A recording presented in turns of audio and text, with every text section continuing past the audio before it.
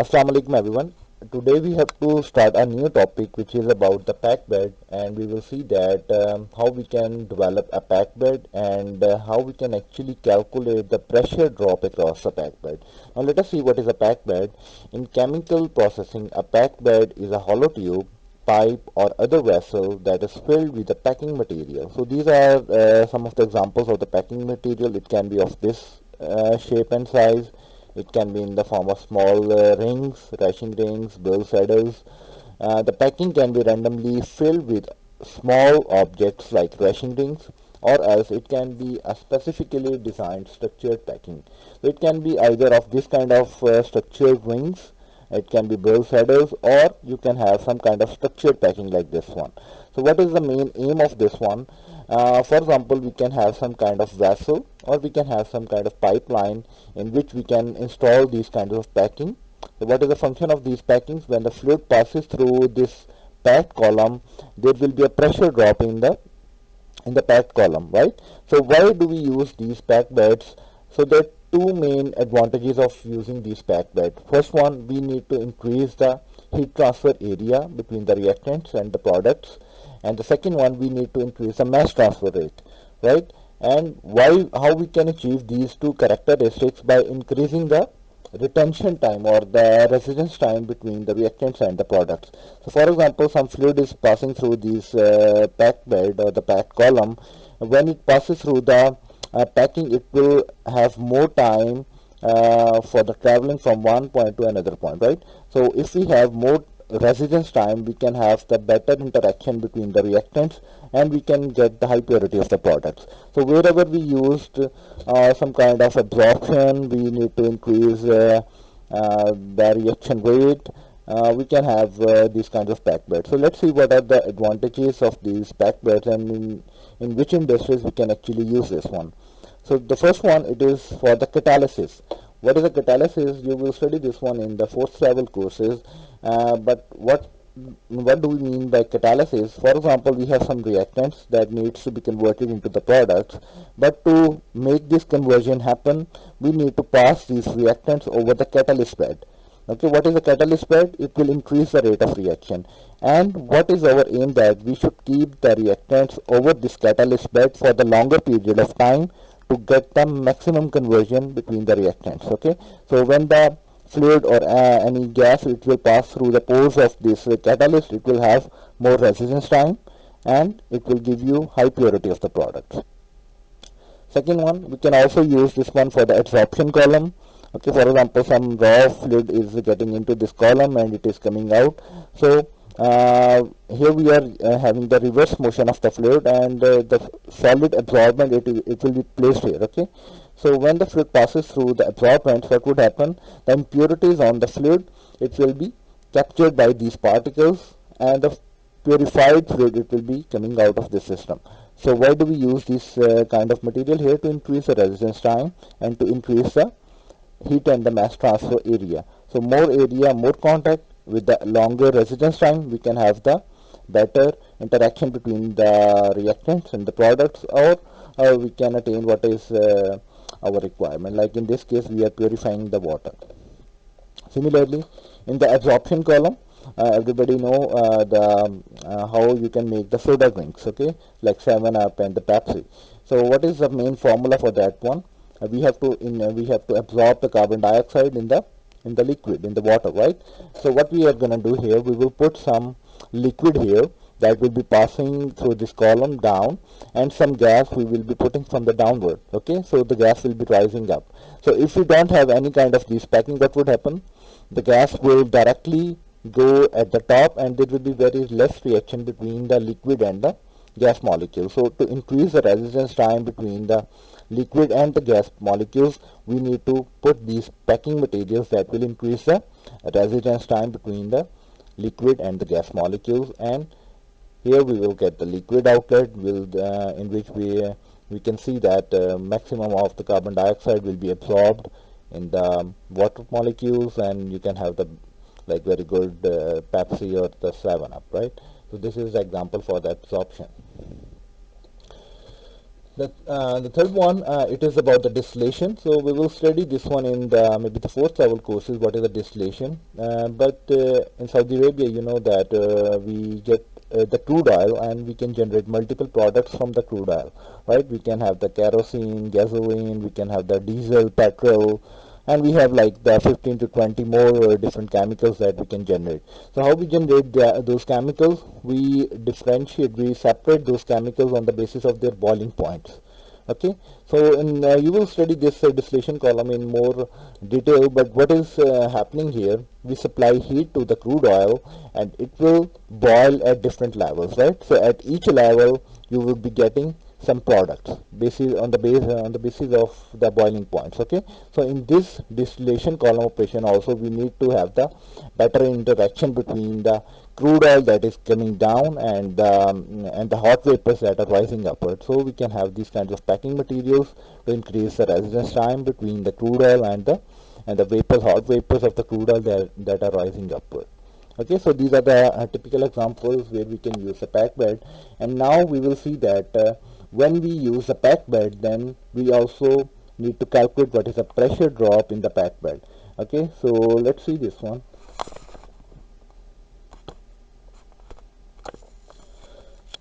Okay, so flow through the pack beds. Chemical process applications commonly involve the use of pack bed in which a large surface area for contact between a fluid and a solid is obtained for achieving improved heat and the mass transfer. So why do we use pack bed? To increase the heat and the mass transfer rates. The typical pack bed is a cylindrical column that is filled with the packing material. Applications include catalytic reactors, adsorption, filtration, and others. In the following, we will summarize this analysis for obtaining the pressure drop across a pack bed with the aid of the Ergun equation.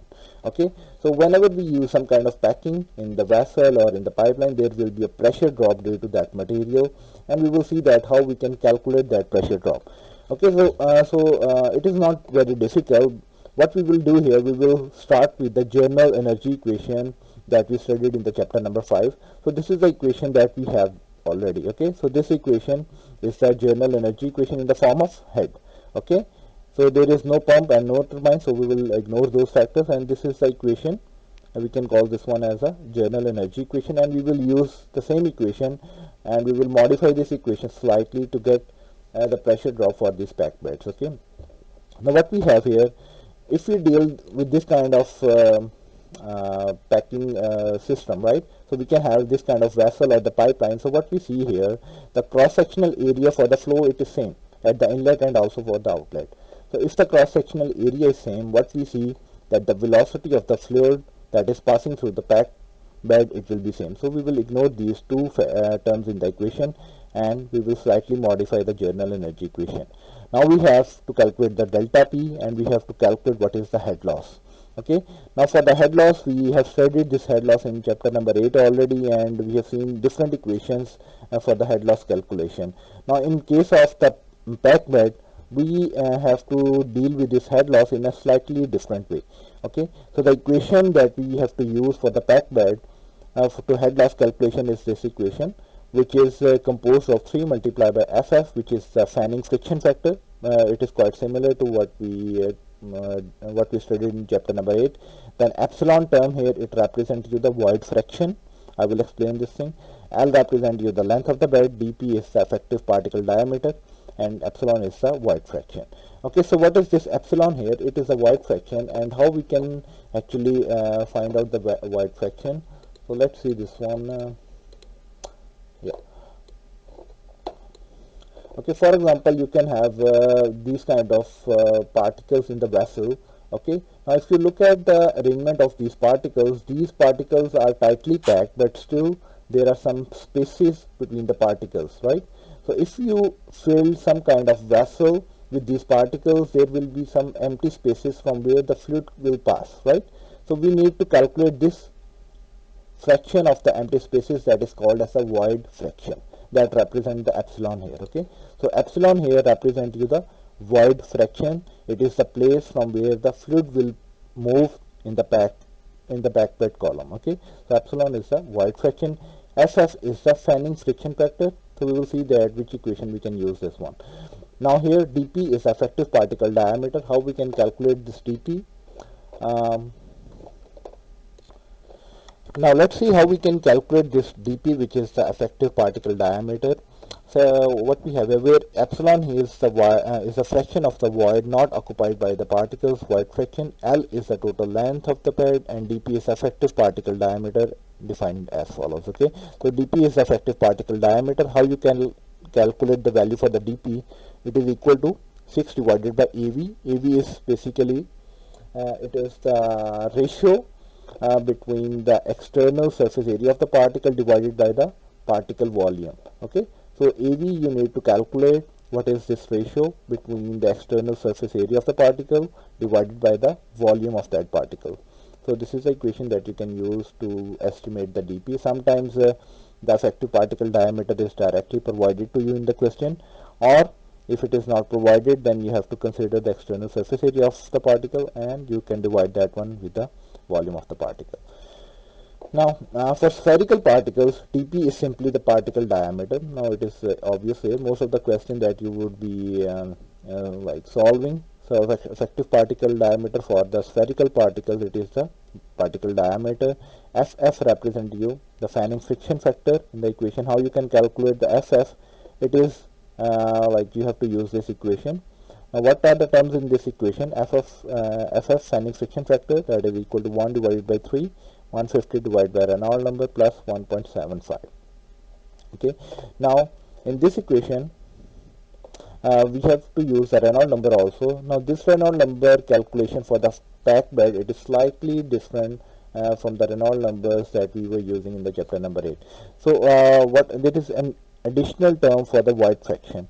So the Reynolds number that we need to calculate for the packed bed, it is composed of density, velocity, diameter of the particle, and the viscosity, and divided by the void fraction, 1 minus void fraction. Okay, so this is an additional term that you need to consider to calculate the Reynolds number for the packed bed. Okay. Now again, this one u naught, it represents you the velocity of a fluid in the packed bed, that is equal to volumetric flow rate divided by the cross-sectional area. So you can estimate this velocity if it is required. Now what we see here, once we have the value for the velocity, and we have the value for the Reynolds number, and we have the equation for the fanning friction factor, we have an equation for the effective particle diameter. So we can put all of these values within this equation to calculate the head loss. Okay, for the fanning friction factor, we have this equation. For the u naught scale, for the u naught, we have the equation to calculate the velocity. Effective particle diameter, you can use this equation. So you can put all the information in this equation to get the value for the head loss, and then you can put the head loss value in this equation to get the value for the delta P. So what we see here, if you go down, now if you put all the values in the main equation to calculate the value for the delta P, like this equation, when we put the head loss equation here in this equation, and we rearrange the equation for delta P, we can get the ergon equation. So what is that equation? This is this equation. Okay, after you put the value for the head loss in the general energy equation, you would be ending up with this equation. Now if you slightly rearrange this equation, you can have you can convert this equation into this form, that is equal to delta P divided by rho g, and this part of the equation that represent you the delta P, or the pressure drop due to the friction forces between the particles, and Z2 minus Z1, it represent you the pressure drop due to the height of the column or the packed bed column. Okay, so for example, if you are dealing with the horizontal beds, okay, like this one is an example for the vertical bed. If you make this one horizontal, so what we see here, for the horizontal packed beds, this factor will be removed, like the gravitational effect will be removed from the ergon equation. And if you remove this equation, this term from the equation for the horizontal packed bed, we would be ending up with this equation that do not contain this factor. Okay, and similarly, if you slightly rearrange this equation, okay, if you slightly rearrange this equation, if you rearrange this equation, you can also get this equation for the delta P, that is equal to 150, and these equations. Okay, so this equation you can also call this one as ergon equation, but this equation is only for the horizontal packed beds.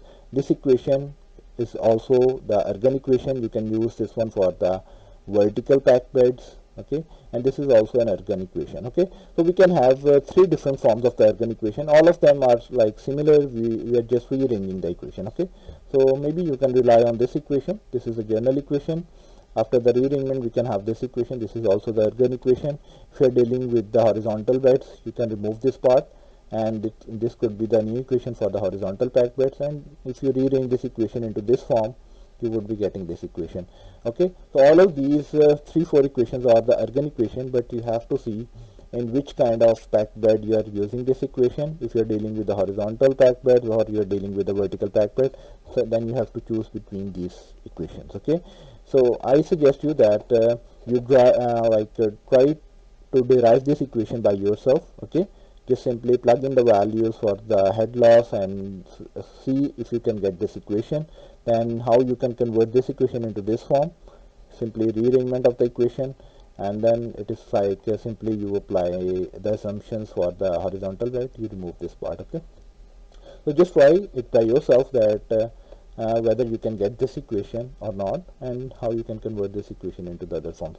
So once we have these equations, we can use this equation to estimate the value for the pressure drop, that is our requirement in the question. Okay, now let us solve one example relevant to this pressure drop.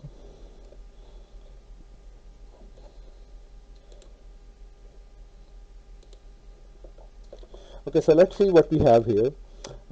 Example 1, water with the density 1000 kg per meter cube, viscosity is given this one, flows through a horizontal duct that has a rectangular cross section at a mass flow rate of 2 kg per second. The duct is packed with 9 million small cylinders, each with a diameter 1 millimeter and the length 2 millimeter.